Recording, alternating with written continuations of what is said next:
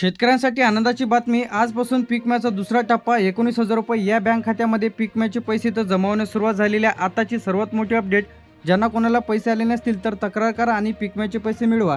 आताची सर्वात मोठी आनंदाची बातमी, पीक विम्याचा दुसरा टप्पा अनेक शेतकरी बांधवांच्या खात्यामध्ये 19,000 रुपये प्रत्येक शेतकरी बांधवांना इथं जमा होत आहे। आता काही जिल्ह्यांमध्ये वाटप सुरू झालेलं आहे, काही जिल्ह्यांमध्ये बाकी आहे। तर आता यामध्ये तुमचा जिल्हा आहे की नाही हे पाहण्यासाठी व्हिडिओला शेवटपर्यंत बघा। केंद्र सरकार, राज्य सरकार आणि पीक विमा कंपनीच्या माध्यमातून पीक विमा 5,000 ते 19,000 पर्यंत दुसऱ्या टप्प्यांमध्ये इथं पीक विम्याचे पैसे जमा होत आहे। यामध्ये खरीप आणि रब्बी दोन्ही हंगामातील शेतकरी यामध्ये लाभ मिळत आहे। असे शेतकरी बांधवांना ज्यांचा अर्ज मंजूर आहे, आधार लिंक आहे, डीबीटी सुरू आहे, तर आता आज सकाळी, दुपारी आणि आज रात्रीपर्यंत पीक विम्याचे पैसे इथं जमा होत आहे, जे की 19,000 रुपये या प्रमाणे प्रति शेतकरी बांधवांना। यानंतर बँक खाते तपासा, SMS आला का चेक करा, डीबीटी चेक करा। तर आता यामध्ये कोणते शेतकरी पात्र आहेत, त्याचप्रमाणे तुमच्या जिल्ह्यांसाठी किती निधी इथे आलेला आहे, मंजूर झालेला आहे, वाटप सुरू झालेलं आहे। ज्यांनी पीक विम्याचा फॉर्म भरलेला आहे, अर्ज मंजूर आहे, KYC केलेली आहे बँकेची, बँक पासबुकला आधार लिंक आहे, फार्मर ID तयार आहे, ज्यांनी KYC पूर्ण केलेली आहे, पीक पाहणी पूर्ण केलेली आहे, सातबारा पिकाची नोंद आहे, नुकसानग्रस्त यादीमध्ये तुमच्या गावाचे नाव आहे। तर अशा तालुक्यांसाठी आणि जिल्ह्यांसाठी आणि गावांसाठी पीक विमा इथं वाटपास सुरुवात झालेली आहे, जे की दुसरा टप्पा। आता पुण्यामध्ये 95 कोटी रुपये रक्कम इथं आलेली आहे।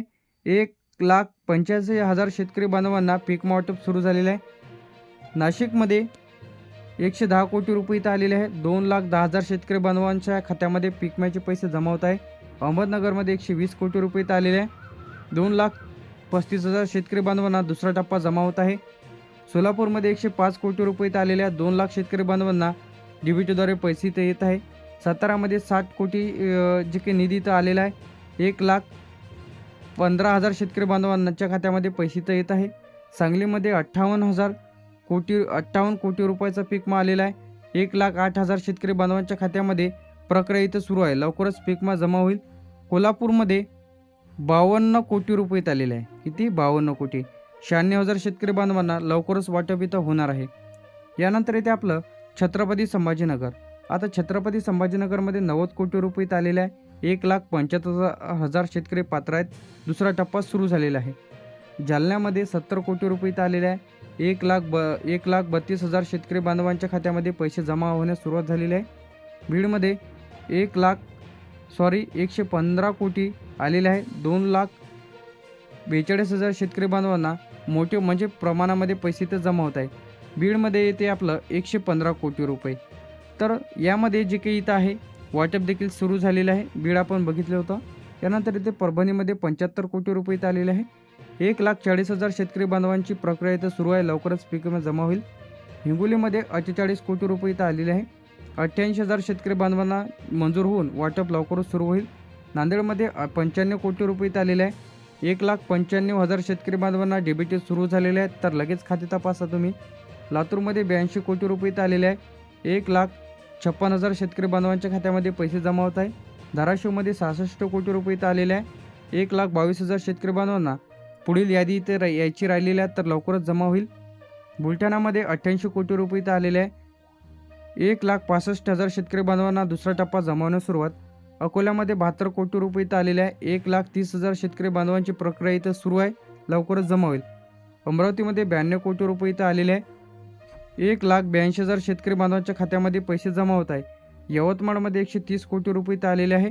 तर आता यामध्ये 2,75,000 शेतकरी बांधवांच्या खात्यामध्ये पैसे इथं जमा होण्यास सुरुवात झालेली आहे मोठ्या प्रमाणामध्ये।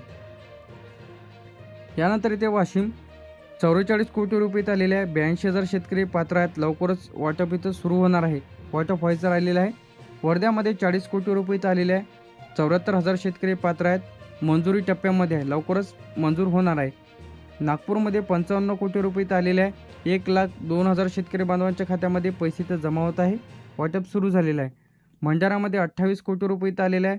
52,000 शेतकरी बांधवांच्या खात्यामध्ये लवकरच जमा होईल, प्रक्रिया सुरू आहे। गोंदियामध्ये 26 कोटी रुपये इथं आलेले आहे। 48,000 शेतकरी पात्र आहेत, निधी प्रतीक्षित आहेत, लवकरच निधी मंजूर होऊन वाटप सुरू होणार आहे। यानंतर इथे आपलं चंद्रपूरमध्ये 63 कोटी रुपये इथं आलेले आहे। 1,18,000 शेतकरी बांधवांच्या खात्यामध्ये पैसे इथं जमा होण्यास सुरुवात झालेली आहे।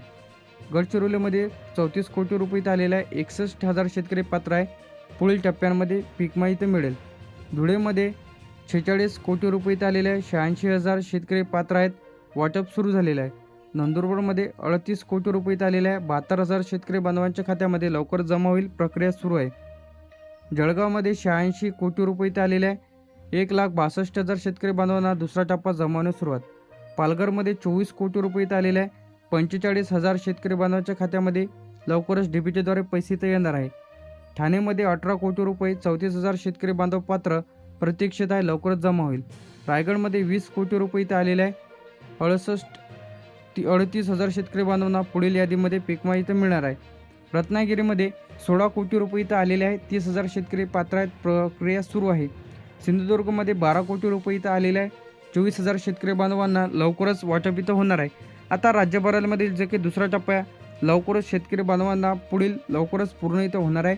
टप्प्याटप्प्याने शेतकरी बांधवांना इथं मिळत आहे. काही जिल्ह्यांमध्ये वाटप सुरू झालेलं आहे, काही जिल्ह्यांमध्ये अधिक पेंडिंग आहे, काही जणांची KYC बाकी आहे, आधार लिंक नाही, फार्मर ID कार्ड नाही, पीक पाहणी केलेली नाही, अर्ज रिजेक्ट झालेले आहे.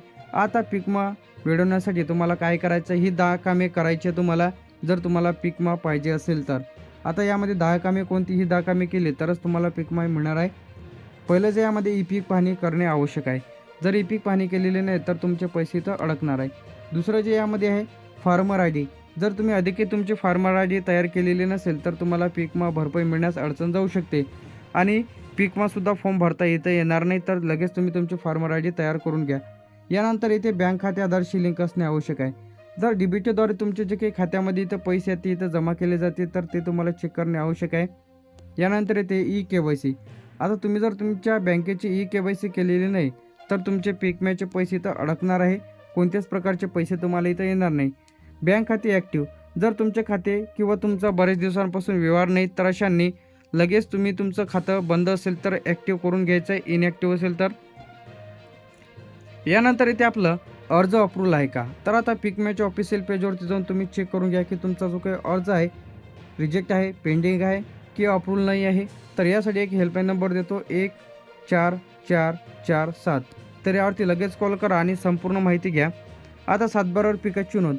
आता तुमच्या शेतामध्ये जर हळद लावलेली असेल पण तुम्ही कापसाचा पीक विमा फॉर्म भरलेला असेल, जेव्हा जे काही अधिकारी तुमच्या शेतामध्ये तपासणीसाठी येतात तर ते तुमच्या कापसाचीच नोंद करेल, जे की हळदची करणार नाही. जेणेकरून जे की तुम्ही पीक विमा फॉर्म भरलेला आहे त्याचनुसार तुम्हाला तुमची पीक पाहणी केलेली आहे, जे की तुमच्या शेतामध्ये कोणतं पीक आहे ते.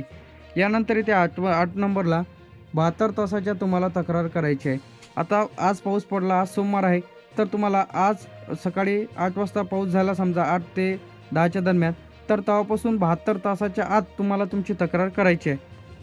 ज्यांना कोणाला पीक विमा आलेला नसेल 9 नंबरला लेखी अर्ज द्यायचा आहे पीक विमा कंपनीला. तर आता लेखी अर्ज कसा द्यायचा हे सुद्धा आपण इथं पाहणार आहे. याचप्रमाणे 10 नंबरला DBT status, bank SMS, bank passbook आणि अर्जाची स्थिती इथं जाणून घ्यायची आहे. तर आता एक लेखी अर्ज देतो पीक विमा कंपनीला. प्रति व्यवस्थापक साहेब. यानंतर पीक विमा कंपनी, आपला तालुका लिहा, जिल्हा लिहा, पीक विमा रक्कम खात्यातनं जमा झाल्याबाबत अर्ज. यानंतर इथे आपला मी खालील सही करणारा शेतकरी, आपलं नाव, राहणार, तालुका, जिल्हा, गावाचे नाव.